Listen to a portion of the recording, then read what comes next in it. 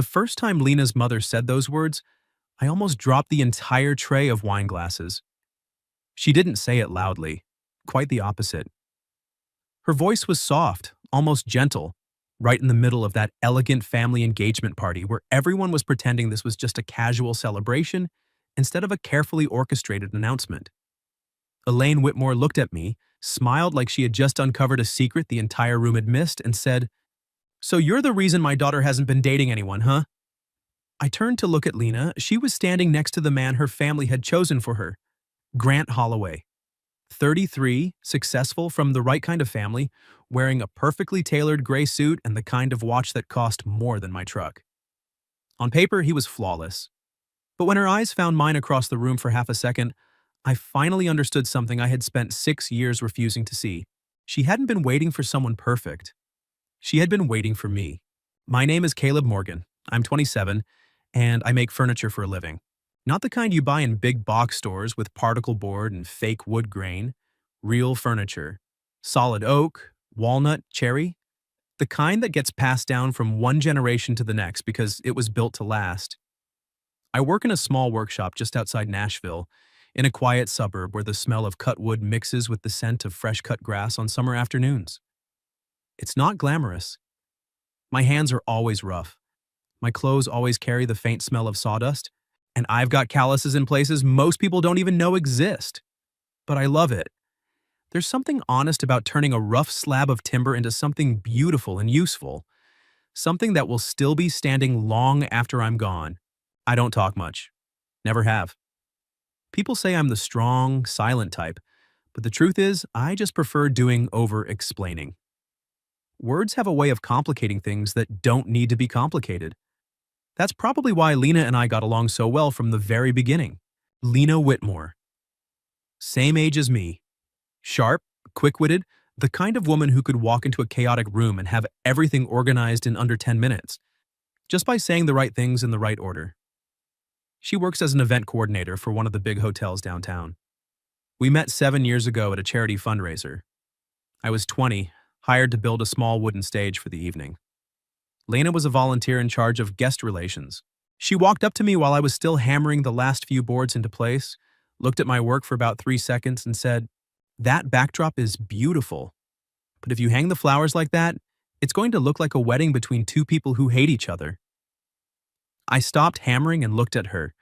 She was wearing a simple black dress, hair pulled back, and had this calm, slightly amused expression like she wasn't the least bit worried about insulting a complete stranger.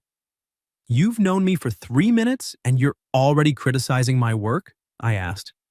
She crossed her arms. "I call it artistic feedback. I call it a personal attack." She laughed. A real laugh, not the polite kind.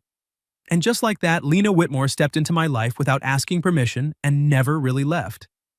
Over the next 7 years, she became the person I called first when something good happened. The person I wanted to see when a day had gone completely sideways. She knew I liked my coffee black, but always let it go cold because I got distracted. She knew I went quiet when I was thinking too hard. She knew I hated big crowds but would still show up if she asked. And I knew she hated white roses because they looked like fake apologies. I knew she preferred lemon cake over chocolate. I knew that when she laughed too loud, it usually meant she was hiding something. A lot of people asked if we were dating. Every single time, I gave the same answer. No, we're just best friends. Lena would always smile when I said that. But sometimes the smile came a half-second late. I noticed. I just pretended I didn't. Because admitting anything else felt dangerous. Like if I said the words out loud, I might lose the most important person in my life. Her family was the kind that cared a lot about appearances. Her father, Victor Whitmore, ran a medical equipment distribution company. Strict, practical, the type who treated every life decision like a business investment that needed to be calculated carefully. Her mother, Elaine, was different. Softer on the surface, but she had this way of looking at you like she already knew every secret you were trying to keep. She was always kind to me, but those eyes made me feel like I'd never successfully lied to her in my entire life. It was a Wednesday night when Lena called. I was in the workshop sanding the top of a dining table I'd been working on for weeks. The phone was wedged between my shoulder and ear, sawdust still clinging to my forearms.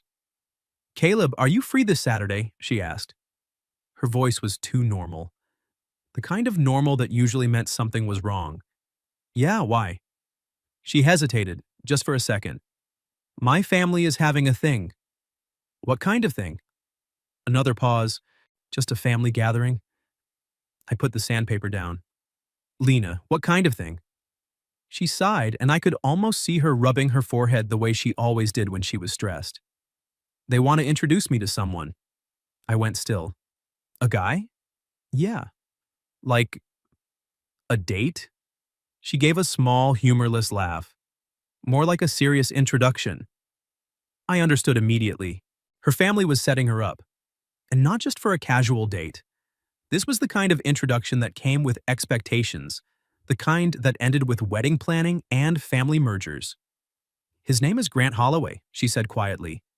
33, son of one of Dad's biggest business partners, successful, polite, has his own company, everything my father thinks is appropriate. I didn't say anything for a long moment. I just stood there in the middle of my workshop, surrounded by half-finished furniture and the smell of fresh wood, feeling like the floor had shifted under my feet. Are you going to go? I finally asked. I don't really have a choice. Dad already set it up. I closed my eyes. Do you want me there? Lena was quiet for so long I thought the call had dropped. Then she said very softly, Yeah, I do. I didn't ask if she wanted this marriage. I didn't ask if she was happy. I didn't ask the one question that had been sitting in my chest for 7 years. Because I was afraid of the answer, and I was even more afraid that I didn't have the right to ask it. I'll be there, I said. Thank you, Caleb. After we hung up, I stood in the workshop for a long time, staring at the half-finished table in front of me. My hands were still covered in sawdust. My chest felt tight in a way I couldn't explain. For 7 years, I had called Lena my best friend. I had convinced myself that was enough, that wanting more would ruin everything, that staying silent was the safest way to keep her in my life. But standing there in the quiet workshop with her voice still echoing in my head, I felt something I hadn't let myself feel in a long time. Fear. Not the fear of losing a friend. The fear that I might already be losing something I had never been brave enough to name. And for the first time in 7 years, I wasn't sure how much longer I could keep pretending. The party was held in the backyard of the Whitmore house. String lights hung between the trees, casting a soft golden glow over everything. Long tables covered in white tablecloth stretched across the lawn. Flowers sat in simple glass vases. Everything looked elegant, expensive, and completely out of place for what was supposed to be a casual family gathering. I knew the moment I stepped through the gate that this wasn't just dinner. This was a quiet announcement. Everyone seemed to understand that except Lena. I wore a dark blue button-down shirt, clean jeans, and the only pair of decent shoes I owned. Still, standing among men in tailored suits and women wearing jewelry that probably cost more than my truck, I felt like I had accidentally walked into the wrong event, like someone had hired me to deliver furniture and I'd shown up at the wrong address. But I wasn't there to impress anyone. I was there for Lena. I found her near the drink table holding a glass of water with both hands like it was the only thing keeping her grounded. She was wearing a light blue dress that made her look softer than usual. Her hair was pulled back low at the nape of her neck. She looked beautiful, she always did. But her eyes were wrong. They were bright, polite, perfect, and completely empty. The second she saw me, her shoulders dropped just a little. You actually came, she said when I reached her. I said I would. She gave me a small smile. You always do. Always do what? She looked down at her glass. Show up. Before I could answer, a voice came from behind her. Lena, aren't you going to introduce me? Grant Holloway stepped forward. He was tall, maybe 6'2", wearing a perfectly fitted gray suit and a silver watch that caught the light every time he moved. His smile was polished, practiced, the kind of smile that had been trained for boardrooms and country clubs. He looked at Lena first, then at me, like he was already assessing whether I was a problem. Grant, this is Caleb Morgan, Lena said. Her voice was a little stiff. My best friend. Grant extended his hand. The handshake was firm, too firm, like he wanted me to feel the pressure. Caleb, he said, still smiling. I've heard your name quite a bit. Hopefully good things. Mostly that you're always around. The words sounded like a compliment. His eyes said something else entirely. Lena jumped in quickly. Caleb is very important to me. Grant glanced at her, still smiling. I'm sure he is. Everyone needs a loyal friend. The way he said friend made it sound like a cage he was locking me inside. I didn't respond. I was too busy reminding myself why I had come here. To support Lena, not to start a fight. A few minutes later, Elaine Whitmore appeared beside me. She was wearing a cream-colored dress, her hair neatly pinned up, holding a glass of iced tea. She looked at me with that familiar, gentle smile that never quite reached her eyes in the way most people thought it did. Caleb, she said warmly, I'm so glad you made it. Mrs. Whitmore. She studied me for a moment, then looked toward Lena, who was now standing next to Grant while he spoke with a small group of guests. His hand rested lightly on the small of her back. Not quite possessive, just enough to send a message. Elaine turned back to me.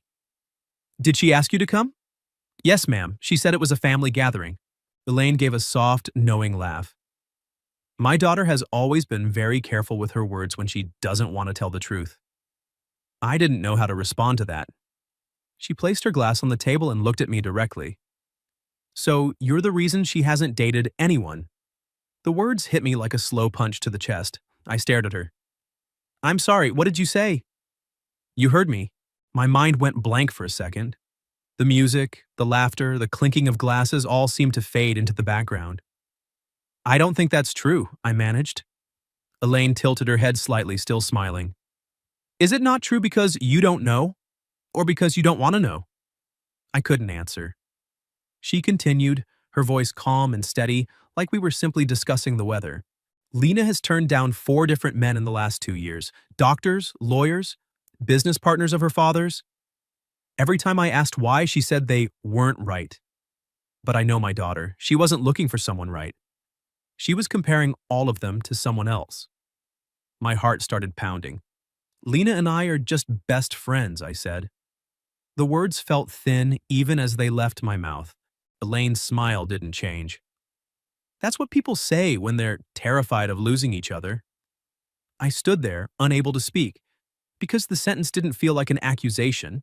It felt like someone had just handed me a key to a door I had kept locked for 7 years.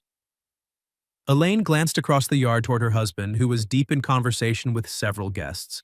Tonight, her father wants clarity, she said quietly. Grant wants clarity, but Lena, she looked back at me. Lena has never wanted this. I swallowed hard. She doesn't want to marry him? Elaine gave me a long look, the kind that made me feel like a child who had just realized something too late. She never has. I looked over at Lena again. She was standing beside Grant, smiling at something someone said. But I knew that smile. It was the same one she used with difficult clients at the hotel. The one she wore when everything inside her was falling apart, but she still had to keep the event running smoothly. Her hands were wrapped tightly around her glass. She wasn't laughing with her eyes, and every few seconds her gaze drifted toward me when she thought no one was watching. 7 years of memories suddenly rearranged themselves in my head. All the late-night calls, all the quick dinners after work, all the times she sat in my workshop complaining that my furniture was too serious. All the times I turned down dates without understanding why. All the times she told me, just stay the way you are, and somehow made it sound like the most important thing anyone had ever said to me. I had called all of it friendship, because calling it anything else had always felt too dangerous. But maybe that was exactly why she was standing here tonight, next to a man she didn't love. Elaine picked up her glass again and looked at me one last time. I'm not telling you what to do, Caleb. But if you're going to stay silent, make sure it's because you truly don't love her. Don't stay silent just because you're afraid. Then she walked away, leaving me standing in the middle of the party with my heart hammering against my ribs. For the first time in 7 years, I couldn't lie to myself anymore. And I had no idea what I was supposed to do about it. After my conversation with Elaine, I tried to keep myself together. I walked over to the food table and picked up a glass of water just to give my hands something to do. But my eyes kept finding Lena. She was still standing beside Grant. He had one hand resting lightly on the small of her back while he talked to a group of guests. It wasn't aggressive, it wasn't even particularly intimate, but it was enough to make something sharp twist in my chest. I hated it. Not because Grant was rude. He was actually the opposite. He knew exactly when to smile, when to raise his glass, when to call Victor sir with just the right amount of respect. He complimented Elaine on the party without sounding fake. Everything about him was polished, appropriate, and perfectly calculated. He looked like the correct answer on paper. But Lena wasn't a math problem. A little while later, Victor Whitmore tapped his glass with a spoon. The conversations around the yard slowly died down. I stood at the edge of the crowd. Lena was near her father. Grant stood right beside her. Victor smiled at the guests and began speaking. Thank you all for coming tonight. Our family is very happy to welcome close friends on such a special occasion. Lena looked down at her feet. I saw her fingers tighten around her glass. Victor continued, as many of you know, Lena and Grant have been getting to know each other over the past few months. Our families have also known each other for many years. A few people started clapping lightly. Tonight isn't the official engagement, Victor said, but I hope this marks the beginning of a bright future for these two. The applause grew louder. I looked at Lena. She was still smiling, but I knew that smile.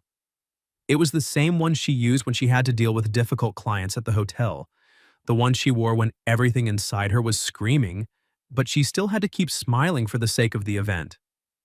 Grant turned to her and said, just loud enough for the people nearby to hear, would you like to say a few words, sweetheart? Lena hesitated. Victor looked at his daughter, his expression making it very clear what he expected her to say. Lena took half a step forward. Her eyes swept across the yard and landed on me for just 1 second. Then she quickly looked away. Thank you all for coming, she said. Her voice was steady, but I could hear the effort it took. I'm very grateful for everyone's support.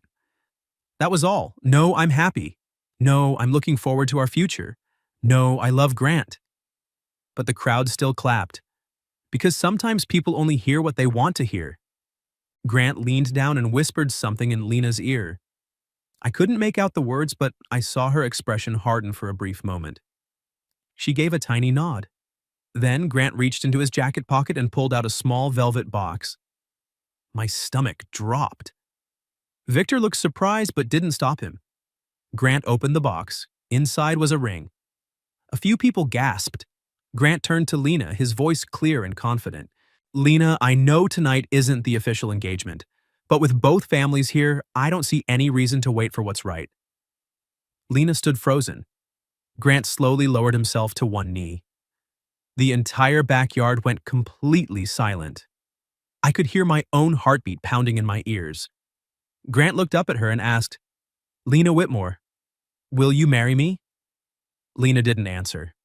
1 second, 2 seconds, 3 seconds. The silence stretched uncomfortably. People began whispering. Victor's face tightened. He stared at his daughter. Elaine stood on the other side of the yard. She wasn't looking at Grant, she was looking at me. Like she was asking, how long are you going to just stand there? I looked at Lena. She was still standing in front of Grant, but her eyes had turned red. She wasn't crying yet, but I could see how hard she was fighting to keep the tears back. I knew her. I knew her well enough to understand that her silence wasn't because she was overwhelmed with emotion. It was a silent cry for help she couldn't voice. Grant was still kneeling, but his smile was starting to crack. He lowered his voice, but I could still hear him clearly. Lena, don't make this awkward for everyone. That sentence was what finally made me move. I took 1 step forward, then another. I wasn't thinking anymore. My body had decided before my brain could catch up. Lena saw me coming. Her eyes widened. Victor frowned. Caleb, what are you doing? I stopped a few feet away from them. Every single person in the yard had turned to look at me. I'm sorry for interrupting, I said to Victor. Then I looked directly at Lena. But if she has to answer a question in front of everyone tonight, she should at least hear the truth first. Grant stood up slowly. His voice turned cold. I don't think this concerns you. Maybe you're right, I said, still looking at Lena. But if I stay silent any longer, I'll regret it for the rest of my life. Lena stood completely still. I could see tears shining in her eyes, but she refused to let them fall. And in that moment, I knew I couldn't hide behind the word best friend anymore. Not for one more second. The entire backyard went silent. I could hear the wind moving through the string lights above us. Everything else had stopped. I looked at Lena. Not at Victor, not at Grant, not at the crowd. Only at her. Lena, I said, my voice steady even though my heart was hammering. I've been telling myself for years that we were just best friends. The words came out quieter than I expected, but clear enough for everyone to hear. I said it to other people. I said it to you. And I said it to myself because I was terrified that if I admitted I wanted more, I would lose you. Lena's hand flew up to cover her mouth. Grant stared at me like I had just ruined $1 million deal. Victor's voice was ice cold. Caleb, this is not the time. Elaine turned to her husband. Her voice was calm but firm. Victor, let him speak. Victor looked at his wife. Elaine didn't back down. For the first time tonight, she said, someone is saying what my daughter actually needs to hear. Victor fell silent. I took a slow breath and continued, still looking only at Lena. I didn't plan to say this here. I didn't want to turn your night into a scene. But watching you stand there, being asked to say yes to a future you never chose, I realized that if I stay silent any longer, I'm not your best friend anymore. Lena's eyes filled with tears. This time, she couldn't stop them. I took one more step closer, keeping just enough distance between us. I don't even know exactly when I fell in love with you, I said. My voice cracked slightly. Maybe there was never one single moment. Maybe it was buried in all the small things I kept calling habits. I looked at her, feeling everything I had buried for 7 years rising to the surface. It was in the way you used to come to my workshop just to complain that my furniture was too serious. It was in the late-night calls after you had a terrible day. It was in how you always seemed to know what I was thinking before I said it. It was in how I kept turning down every date, telling myself I just hadn't met the right person yet. Lena was crying openly now. Caleb, she whispered. I had already met the right person, I said. A long time ago. I was just too scared to call her by that name. Grant let out a short, bitter laugh. Very touching, he said. But this isn't a romance movie. Lena needs someone who can give her a stable future. I turned to him. A stable future isn't forcing a woman to smile while she's dying inside. Grant's face went pale. Victor stepped forward. You have no right to judge my family. I'm not judging your family, sir, I said, keeping my voice respectful. But I know Lena, and right now she's not happy. Victor stared at me. And you think you can make her happy? I can't promise I'll make her happy every single day, I answered honestly. No one can promise that without lying. I turned back to Lena. But I can promise I'll never ask her to live a life that only makes sense to other people. Elaine looked at her daughter. Lena, she said gently, do you have anything you want to say? Every pair of eyes turned to her. Lena looked at her father first, then at Grant. Finally, she looked at me. She slowly placed her glass of water on the table beside her, like she was setting down a role she had been forced to play for too long. I'm sorry, she said to Grant. Her voice was quiet but clear, but I can't accept that ring. Grant stood completely still. Lena continued, stronger this time. I don't love you. I don't want this marriage. The crowd began whispering. Victor closed his eyes. Grant's jaw tightened. Because of him? Lena looked at me for a long moment. Then she turned back to Grant and said, no, because of me. Those words seemed to freeze the entire yard. Lena took a shaky breath. Caleb gave me the courage to finally say what I've known all along. But this decision is mine. I don't want this. Grant snapped the ring box shut. He looked at Victor, then at Lena. You're making a very big mistake, he said coldly. Maybe, Lena replied, but at least it's my mistake. Grant didn't say anything else. He turned and walked out of the yard without looking back. A few guests avoided eye contact. Others looked at Lena like they were seeing her for the first time. Victor stood frozen for a long time. Finally, he looked at his daughter and asked quietly, "Are you sure?" Lena met his eyes. "I'm sure." Victor turned to me. I couldn't read his expression, but before he could speak, Elaine stepped forward and pulled Lena into her arms. "I know," she whispered, loud enough for those nearby to hear. Lena broke down completely, sobbing into her mother's shoulder. I stood there, afraid to move. This moment belonged to her, not to me. But then Lena lifted her head and looked at me through her tears.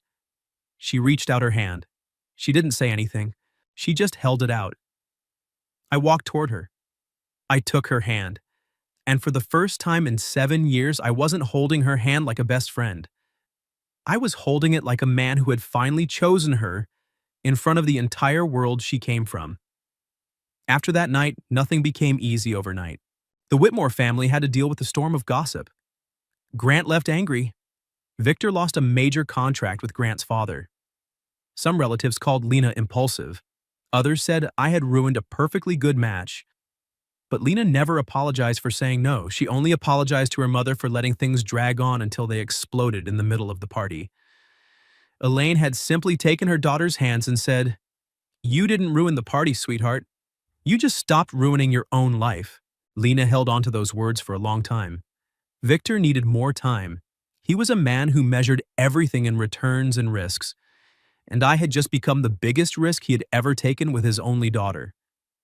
But he never asked Lena to take back her decision. That alone told me more about him than anything else. Lena and I started dating after that. It sounds strange to say started, because we had already been in each other's lives for 7 years. But this was different. We moved slowly on purpose. No rushed engagement, no grand declarations to prove anything to anyone. We just let it grow from the friendship we had spent years building. She still teased me when I got too serious. I still drove her around to pick out event decorations, even though I didn't understand why candles needed mood. She still came to the workshop, sat on unfinished tables, and told me the smell of sawdust made her feel calm. One evening a few months later, she was sitting on the edge of my workbench while I attached legs to a dining table. Out of nowhere, she said, "I waited a long time for you to figure it out." I set the drill down. "Were you mad at me?" She thought about it. "Sometimes." I nodded. "I deserved that." Lena looked at me for a long moment. But I was scared too. I was afraid if I said something first, you would choose the safe version of us. And I didn't want to be the person who ruined the only thing I was sure about. I walked over and stood between her knees. I was just as scared. She gave a small, sad smile. "We're idiots." "Yeah," I said. "Complete idiots." She laughed softly. Then I took her hands. "But I don't want to be an idiot anymore," I told her. Lena's eyes softened. "Then don't let go." "I won't." A year later, Victor invited me to dinner. Not as Lena's best friend, not as an unexpected guest, but as the man who was dating his daughter. The meal was still a little tense, but it wasn't cold anymore. He asked about my work, told him about the custom tables I was building for a new restaurant. Elaine sat beside Lena, occasionally glancing at us with the quiet smile of someone who had known the ending long before the rest of us. After dinner, she pulled me aside in the kitchen and handed me a slice of lemon cake. "I told you," she said.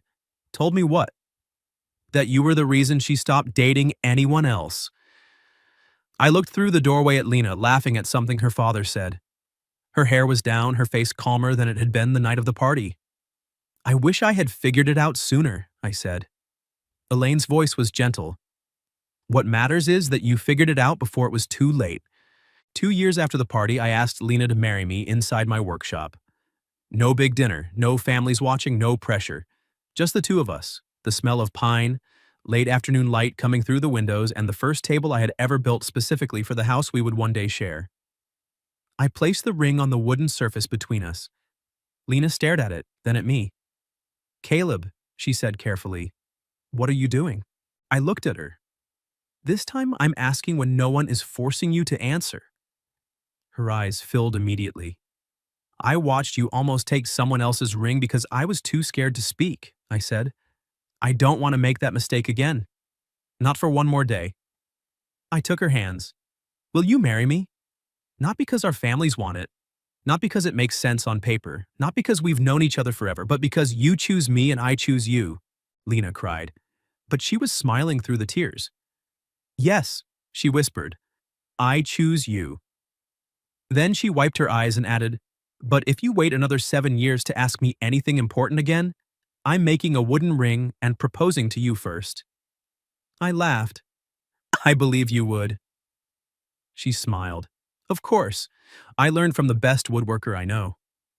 I kissed her, and for the first time in our entire story, there was no one arranging things, no one applying pressure, no one standing between us with a future already calculated and approved. Just two people who had finally found the courage to name what had been right in front of them for 7 years. Our story didn't begin with a perfect confession. It began with a mother who saw too clearly, a party built like a marriage announcement, a ring Lena never wanted, and a man who finally understood that sometimes silence isn't protection. Sometimes it's betrayal. That night at the party, I stood up, not to steal her from anyone, but to give her back the right to choose, and how, and by some miracle, she chose me.